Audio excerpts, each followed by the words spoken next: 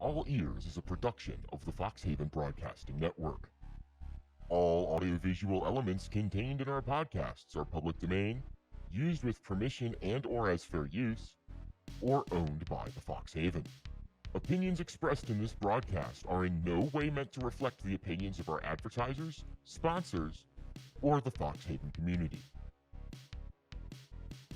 All Ears is funded by advertisers and patrons, including the Foxhaven, a virtual community which promotes education, conservation, compassion, and equitable social interactions. Check them out at thefoxhaven.net.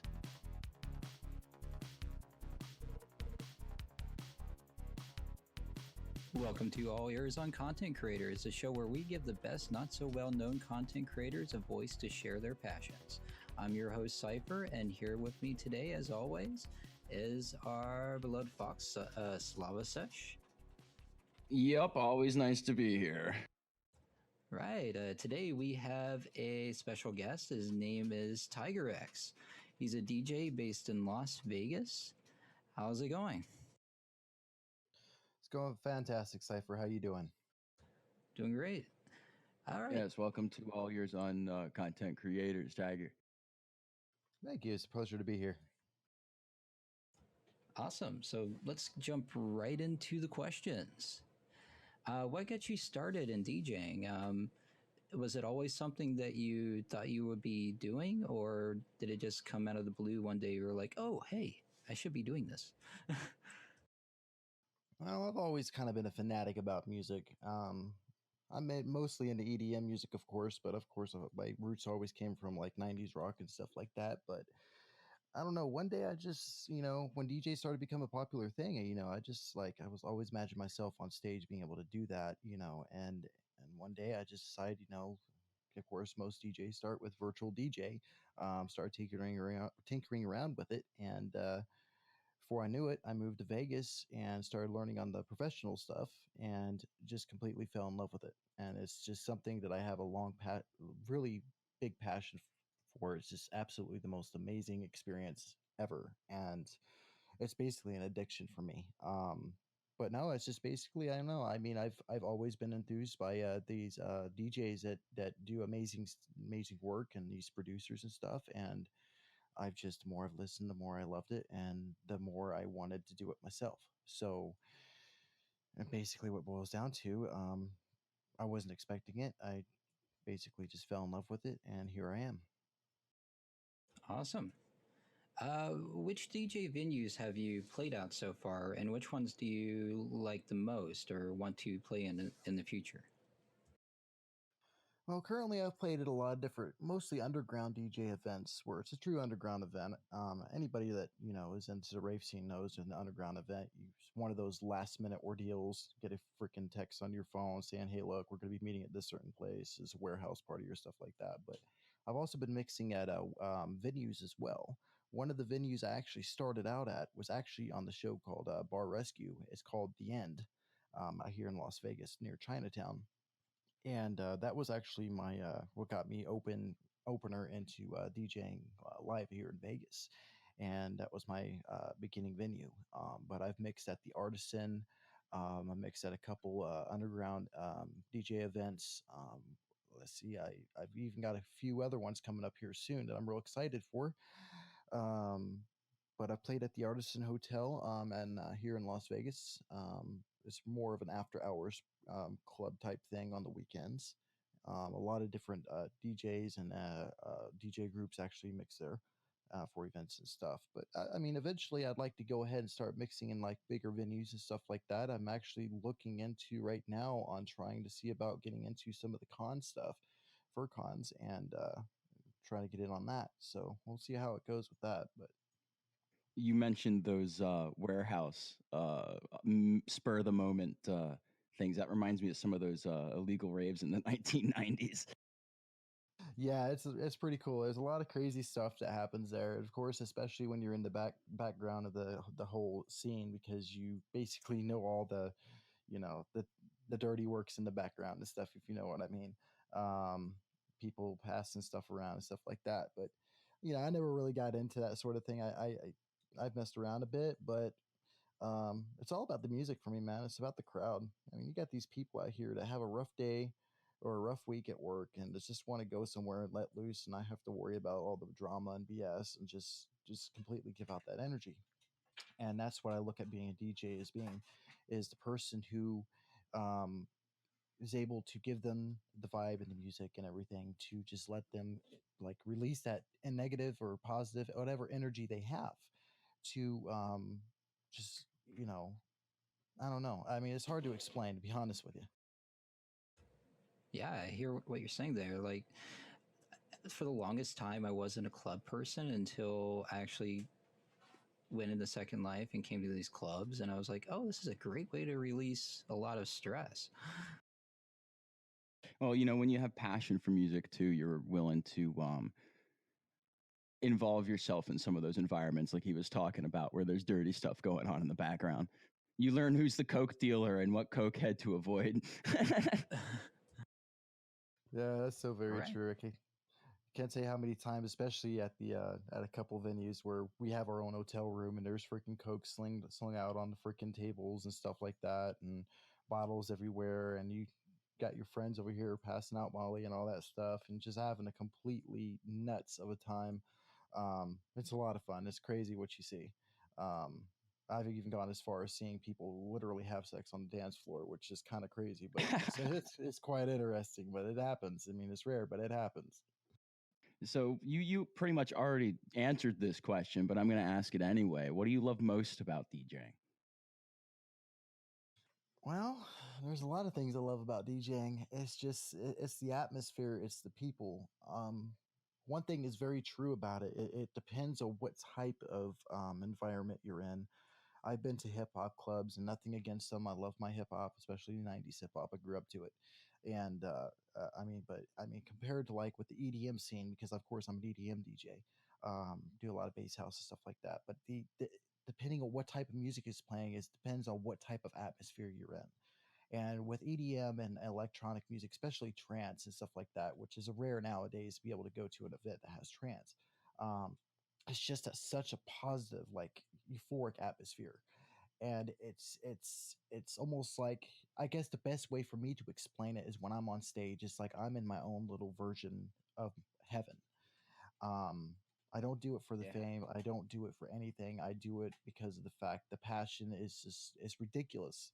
um like I said, it's a very difficult thing to express in words. I mean, it's for me, it's just a strong passion. But yeah, I mean, that's the best way I guess I could explain that, I guess. Awesome. And moving along to the next question, what's your current DJ gear, and what DJ gear do you want to work with in the future if you get a chance? Yeah. Do Well, you have a brand or something that you want to plug? well, to be honest with you, Pioneer, of course, as far as like professional goes, is my Dude, I favorite. knew that was coming. Yeah, it's just hands down, man. Pioneer makes some great gear, and I absolutely love it, especially the XDJ 1000s. That's what I normally mix on, actually, is the XDJ 1000 with the DJM 850 mixer. It's got great effects on it. It's just it's compatible with touchscreen. I could throw a mass storage drive on it. I could throw a computer on it. I could throw my thumb drive in it. You know, the only thing, of course, it doesn't do like the CDJs is you, of course, throw CDs in. But nowadays, it's starting to come to a small dwindle, um, Yeah. unfortunately. I don't see too many CDs anymore. You're seeing less and less turntablists too, which is a Exactly. shame. It is, because that's the root of mixing, in my opinion. I mean, that's what started it. And then personally, with me, even though, I mix on the newer stuff and stuff and all that, but I would love to be able to learn just to mix on record, because, I mean, that's the root of DJing. I mean, Yeah, you were talking about hip hop DJs and stuff about that before. And you got to give props to some of those guys for being really good at mixing that music and scratching and being a turntablist. oh, for sure, man. They do. I actually was at a. It was actually a baby shower. I met this DJ. He was hired, but he was mixing on vinyl, and he mixed everything. And this guy mixed hip hop. He mixed Latino music. He mixed everything. Even threw in some EDM for me. And of course, me and him were chit chatting back and forth. And I was just sitting there watching him. I'm like, dude, man, you do some amazing shit with this. And he's like, yeah, man, I've been doing it for so many years and stuff like that. And I'm like, yeah. it's pretty cool. I said, I'm eventually going to learn it, and it's definitely going to be a thing I'm going to start doing here soon because I have a friend that has some record uh, old tables and stuff like that I want to try to learn on. My recent last event that I actually mixed at was I was mixing on CDJ 2000s, which it took a bit of getting used to. It really wasn't even getting used to. They're pretty much similar to the XDJs. The only difference really is that they're not touchscreen, and they have the CD part basically on it. But like I said, I use my thumb drive, and I'm good with that. But see, I've mixed on CDJ 850s, I think they are, or the 800s. So I was working with that, and that's more complex only because of the fact that the XDJs and the CDJ 2000s, they basically you can see where your beat is basically. With me, I've always liked not having that because I like to mix by ear, and that's the key thing as well. Do you have a favorite kind of venue to play? Like, and you listed a couple things like warehouse events and actual like physical like clubs and stuff like that. But are you more into those underground warehouse events, or are you a Tiesto in training where you hope to fill arenas one day? Well, most DJs have that passion where they could be able to mix at a big club, especially in Vegas. I mean, this is like party capital of the world, especially in Club Omni. It's ridiculous. But I mean, for me, I like the underground DJ events because most of the time you play what you want to play. You play what's popular. When you start mixing in venues, like especially smaller venues, and it's more of a lounge type venue, they're gonna want you to play a specific type of subgenre or genre. Like perfect example, I love the end. It was one of my favorite by starter places, but one of their key things they wanted us to play strictly deep house or bass house. And in the beginning, I didn't know much about that type of subgenres. So it took me a bit to get used to it, but I ended up loving it, and I started finding my own, idea of bass house that I really started getting into.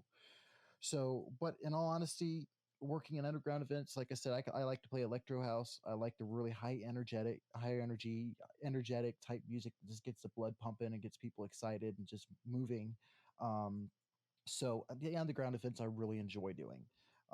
So I guess that's going to be more my forte.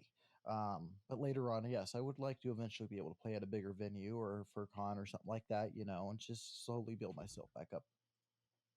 Yeah, I suppose you kind of get to be part of the party at those underground events rather than at the club. You're the DJ and you can't fraternize.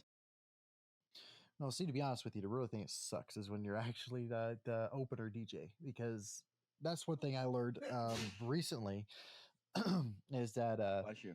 yeah, I know, right? Is I actually recently just dealt with this. Is that of course it sucks being the opener because sometimes the place is not pumped up, it's not filled up, and stuff like that. But then I also notice because I'm also a sound engineer and a video engineer. I go to a lot of these clubs and places and actually hook up audio and video. I actually just did a video job for Club Excess over there at the Encore.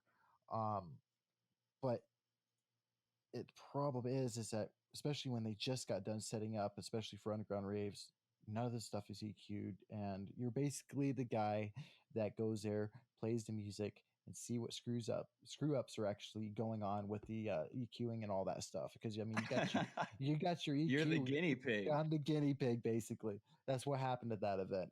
And it wasn't bad. I mean, everybody started getting really rowdy and stuff. I had a blast. It was absolutely a absolute blast doing it. But you got like on your speakers, especially your the self-powered speakers. Most of the time, you have your EQ on the back of those speakers. They got to be set and stuff like that to get the perfect sound. But still, I mean, it's it's it is what it is, and I wouldn't trade it for the world. Now, I've got another question for you. One that well, I DJ'd on Second Life, and I kind of got burnt out on it. So I'm not currently DJing on Second Life at the moment. I know it's your passion, and you do DJ a lot. How do you prevent yourself from getting burnt out on it? You always want to try to find that new sound. That's the key thing, and that's the cool thing about being an underground DJ because that's what we basically do.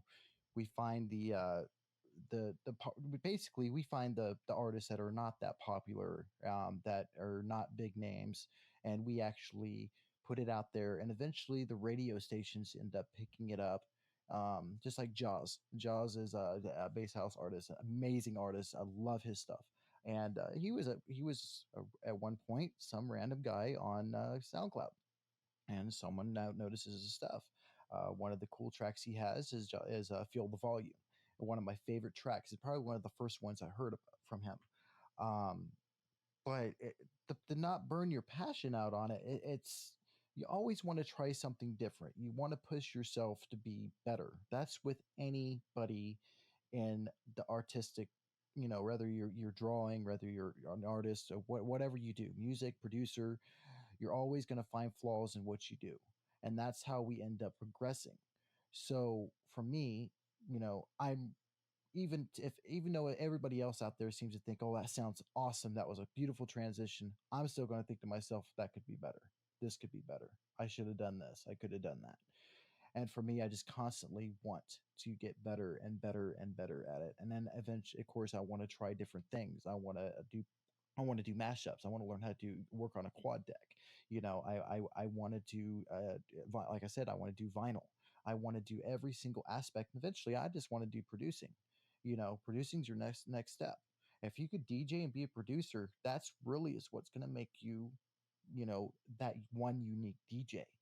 Um, and I'm eventually going to get to that point. I'm actually been trying to work on that lately. Um, but for me, that's how you keep yourself from getting burnt out on it. Always try to find new music. Always try to push yourself to be better, and always try to figure out to do something different with your sets. Not just doing a single transition into each track or whatever you want to do. You always want to do add-ins. Play with filters a little bit.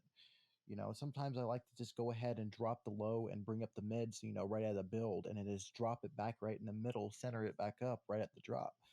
Try different things like that, and that's what I like to do. That's how I keep myself from getting burnt It out. gets boring for your audience too.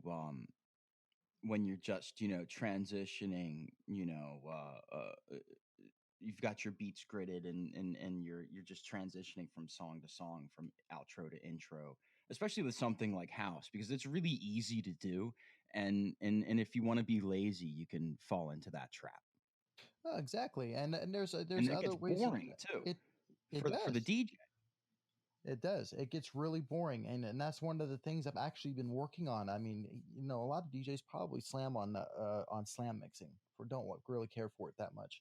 But I mean, there's times where it's like, oh, okay, I'm not feeling this track or something like that, and I'll wait Yeah, till like a bridge or something like that, and I'll drop in a track real quick and try to make sure it's perfect, you know. And within every like 1 or 2 minutes into a track, I hurry up and slam something else in, you know that's something else that seems to work. You gotta perfect it, and that's one of the things I've been trying to perfect myself. And and it's that's it's something that hip hop DJs do constantly. I mean, that's how you mix hip hop: exactly, you know slams and backspins and shit. yep. And backspinning is another thing I'm trying to learn to get down.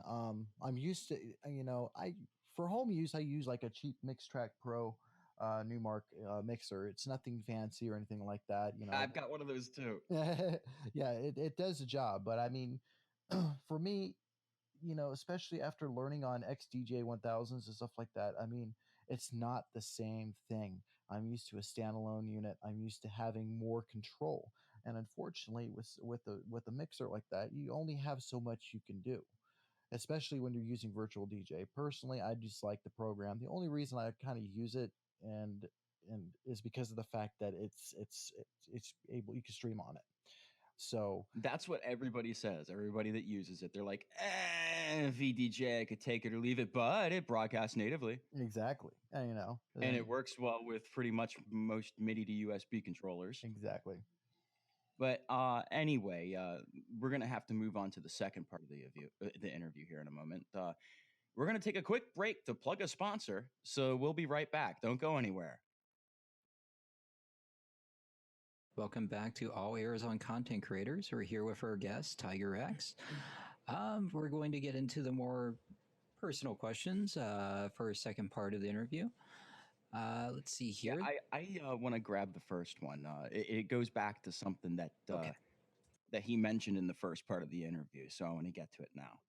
You mentioned 90s rock and being into 90s rock back in the day.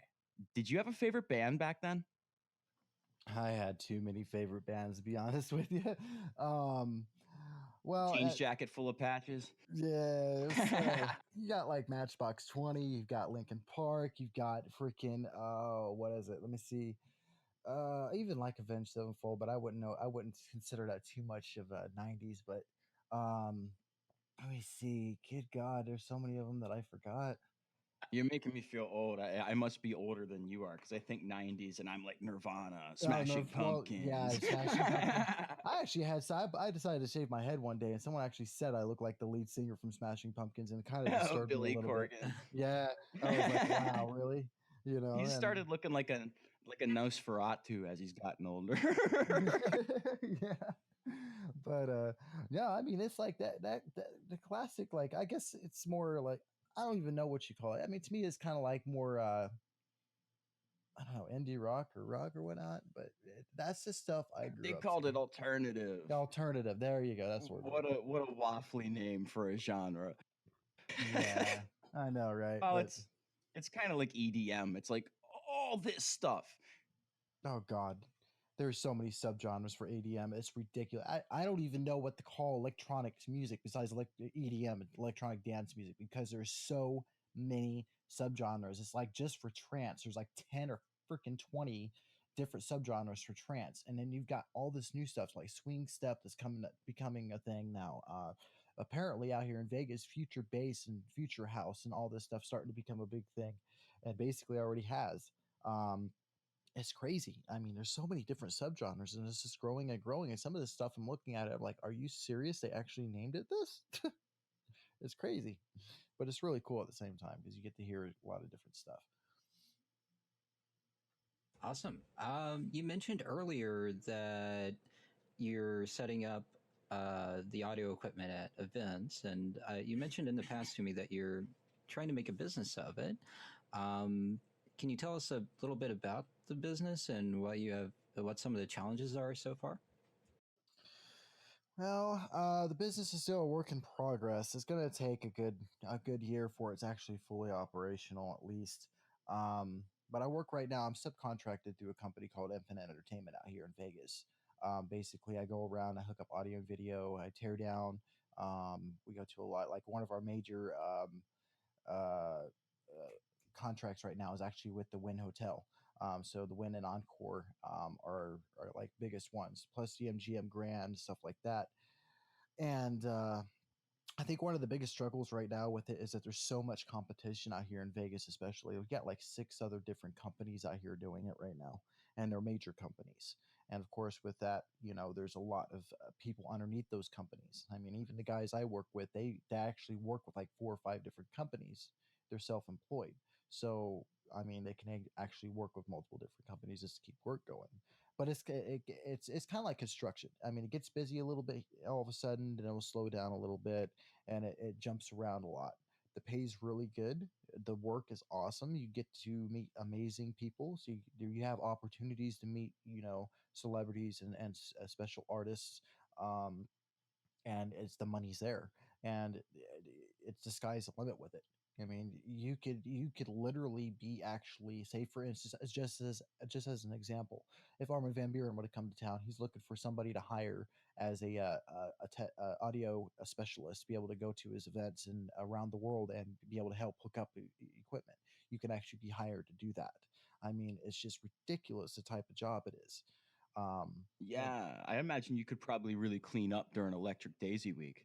Oh yeah, Electro Daisy Carnival. Yeah, it gets freaking crazy at that event. I mean, I've good Well, I God. mean, I've looked into going a couple of times and I realized that like for the whole week surrounding it, like the clubs and venues are jam packed full of, big name DJs that are playing before or after sets. Well, you got to figure too. Those DJs are going to be playing at the Electro Daisy Carnival anyway, so the venues are just hooking, just going crazy about it. Yeah. So, yeah, it's absolutely insane. I mean, it's you want to talk about eye candy. You go to Vegas during the EDC week, and you're going to see eye candy. I've walked down the strip when EDC was in function, and there's girls in there just basically almost wearing nothing that security's jumping on their shit about walking through the freaking casino. and it's like you got half naked girls walking around here anyway. What's the problem? Um, you've got people Like out there. Burning Man, except for dance grooves. Oh yeah, Burning Man. So Burning Man's another big one. That's crazy is with that too. I know a lot of DJs that go out there and do that. One of the famous DJs, well, he's I guess you could call him famous. He's a good friend of mine. His name is Jesse Kung Pao out here, and he does Burning Man and stuff like that as well. Um, and it's really cool, especially during EDC, because it's just absolutely insane, and you do not even want to be out on the road or on I-15 at all. If as soon as night hits, just avoid I-15. Don't even try to go on I-15. Yeah, I know how that is. I lived in Columbus, Ohio, and they had rock on the range out there. And during that whole event, you just could not get around the roads around there. Yeah, it's bad. I mean, it's good eye candy as well because you got chicks hanging out the freaking back of the truck showing their tits off to people. But still, that's not the point. It still sucks, even though you got a show when you're sitting in line. But still, but it's a really cool event to check out. It's just astonishing what they do as far as the visual effects and the sound and everything. I mean, it's literally like a carnival, and it's surrounded nothing but EDM. Awesome. So, what led you to start wanting to do audio for a business? Be honest with you, I always had a hard time. I'm 29 years old right now. I'm about to turn 30, and I've always had a hard time trying to find my niche in life and what I wanted to do as a career. And I've done many different jobs. I've even worked with tigers at a big cat sanctuary out in Arizona. I've done construction. I've done just about everything. I've even been a truck driver. um, always trying to find what my calling was. And, you know, I've always been a fanatic about music. And then a friend of mine, which is also my DJ coordinator, his name's Meticulous. He teaches at one of the classes out here for Infinite to get your license to be able to do this, hook up audio and video equipment. And he's like, dude, I think you'd be perfect to do this because you already come to the events, even if you're not DJing, just to help me hook up equipment. I think this is your calling. You should try it out. So I just figured, all right, I'll go ahead and check it out. So I went ahead and took the course, passed the course, and it's just I fit in, and it's just it's always something different. I mean, yeah, you're probably going to be unhooking the same equipment. You're going to be tearing up tape off the freaking cords on the ground and crap like that, cleaning up messes and stuff. But I mean, the stuff you get to see and the stuff you get to do. I mean, it's not every job is not the same job. I mean, for the most part. Right. You never know what's going to happen. You just never know. Right. I Uh, definitely understand that. I'm currently looking to start my or get into my own business. I should say, but yeah, I love to drive, and that's a big part of my business. But there's some other stuff that are kind of a downside. But at least I get to do what I love. And you're gonna have a truck. You're gonna have to deal with like when you drive by kids, they're gonna reach up their arm and like pull down, like because they want to hear the air horn, and you don't fucking have one. So you're gonna be screwed. You're gonna be like, I can't. It happens to my partner all the time. Yeah, when I But drove truck, I had too much fun with the air horn. Awesome. So I do have one more question, but if Slava has any more questions, I'd rather he get those out of the way first. What was my question? Oh yeah, you talked before about being able to DJ what you want, and that's one of the reasons why you like this, the underground venues and stuff like that. Is there any specific stuff that you like to DJ more than anything else, like that you Like would genre choose? wise? Yeah, genre or subgenre, or even like if there's a group of artists or something. That's a tough one because I like playing all sorts of stuff. Like I said before, I mean, electro house is one of my top faves. I mean, it's kind of coming to its phase right now, but I mean, it was really, it's really, blood pumping and really gets you excited. The builds, the drops, it's hard drops are just amazing. I especially love those tracks, basically like a switch track where it's like electro house and it gets that build and all of a sudden it drops into dubstep or it drops into trap. And I'm noticing a lot more tracks like that nowadays.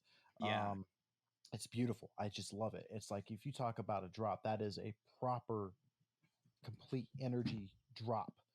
Um, and it's really exciting. But electro house, I mean, is one of my favorite subgenres. But bass house is really starting to intrigue me as well, especially the more grungy stuff like Jaws is starting to do. I mean, he just does some amazing stuff. It's almost like it's like a hybrid version of a dubstep almost. It's crazy. Um, but it's I guess going to stick with the electro house and dubstep or the bass house. Sorry about that. It's one of my top right now currently, and of course that's going to change over time. I'm always have my favorites. One of my one the actual genre that's really got me going in the beginning was actually euphoric trance.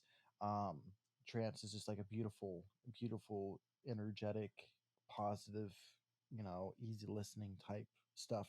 Very euphoric. So that's kind of genres I kind of like. All right, I've got one little quick related question to that. Is there anything that you don't play that you wish you could, but you don't play because you think people would react badly to it?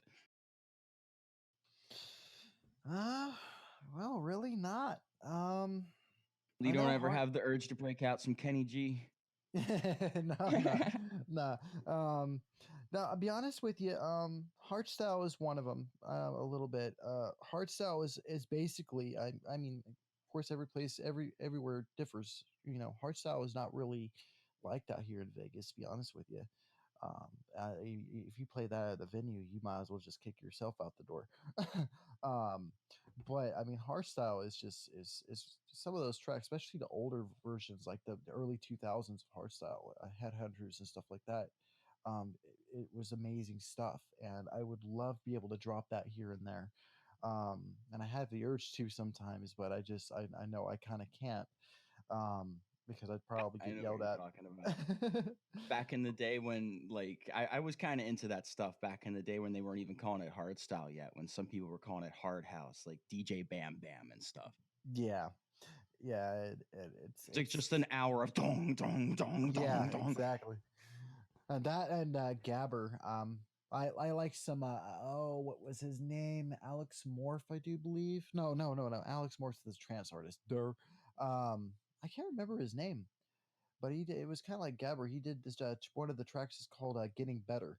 Um, I'm gonna have to look that up. I'm curious, but but yeah, it's. I think what's happening nowadays is a lot of people are not actually enjoying. Um, Repetitive. If there's something that's too much, too repetitive, that they don't like it. It gets boring to them real quick.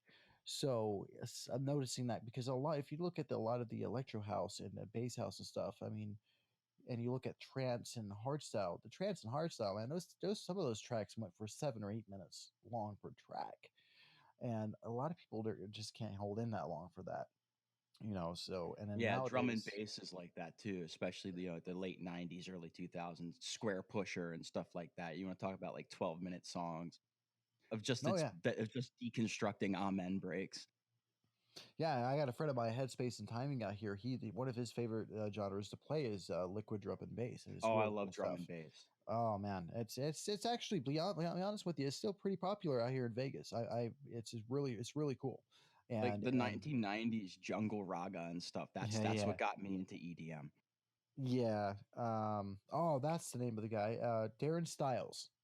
Darren Styles back in the day was one of my top favorite artists. He did a track "Getting Better" and then another track called "Air," which was one of my favorites. And that's actually Yeah, what I I know who first. you're talking about. Yeah, I spin some of his stuff sometimes in my D&B sets. yeah, it's awesome stuff. Awesome stuff. But yeah, Awesome. All right, Cypher. So I got one last question for you. Is there any advice that you could give other DJs or other audio technicians? one Yeah, thing like I've people learned. starting out. Oh yeah, Little here best advice I could give anybody that's getting into this is never give up on it. Never stop doing what you love doing. If you honestly have a true and desire and a passion for it, you never want to stop. Anybody criticizes you for it, don't take it as a negative thing. Take it as a positive thing, because that is, you got to have that constructive criticism. That is, if you have a crowd even booing at you, take that as a grain of salt and think to yourself, okay, you know what? I'm a DJ. I'm supposed to provide these guys what they want to hear. And if I'm not able to provide that, I'm not being a DJ, am I? So take constructive criticism the right way and always try to push yourself forward. Don't let anybody drag you down. And that's with any aspect of life. Whether you're doing, starting a business, whether you're wanting to be a DJ or a music producer, you know, you're always going to have doubts about yourself, but instead of giving up, just take it and turn it into something positive and push forward and make something of yourself. Screw what everybody else has to say and just do what you need to do and believe in yourself. You know, be honest with you, 2 years ago, I never would have thought I'd be a DJ out here in Las Vegas. Never had the wildest idea that I'd ever be doing this. And yet here I am.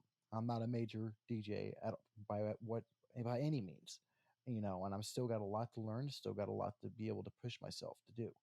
But I'm in the beginning stages and I'm able to meet awesome other DJs and doing something I love doing. And I'm not going to stop. I'm not giving up. Wherever this road takes me is where I'm going to go with it. So that's my positive feedback to anybody that's a DJ and wanting to get into the scene. Awesome. It's great advice. Right. So I guess we're going to wrap up here. Thank you for joining us. Is there anything that you wanted to plug, such as any upcoming sets or anything like that before we go? Any Well, causes? unfortunately, Yeah. yeah, unfortunately, I have a couple events that's coming up here and probably within the next month. Um, Unfortunately, it's an underground event, so they don't like to release any information about any of it until like basically right at the time being. But there will be flyers coming up here probably within the next 3 weeks. If you're going to be visiting Vegas and if you're looking for something to do on the weekend, even after hours, because the clubs only usually stay open to around 3 or 4 o'clock, and our events usually stay open till 6, probably later, and then usually after parties and after parties and after parties. You can always check me out on my Facebook. I always try to post up all the events. I'm connected with many different DJ groups, many different types of pages. Even if you're 18 and up, we have a lot of 18 and up events that go down, and I'll keep you posted. Just check me out. And that's facebook.com/tigerspeed. And we'll post that in the on our YouTube in the video comments. Yep, for sure. Feel free to add me. Like I said, I always got stuff happening, and I hope you guys enjoyed what you heard. And if you have any questions, add me on Facebook, send me a message. I'm glad to talk to you. All right. Well, I think that's all we've got time for today, Cyfir. So, you want to talk us out? Sure. This has been All Ears on Content Creators. Thank you for joining us. See you next time. This has been All Ears on Content Creators. Stay safe. See you soon. And like I always say, where's my lighter?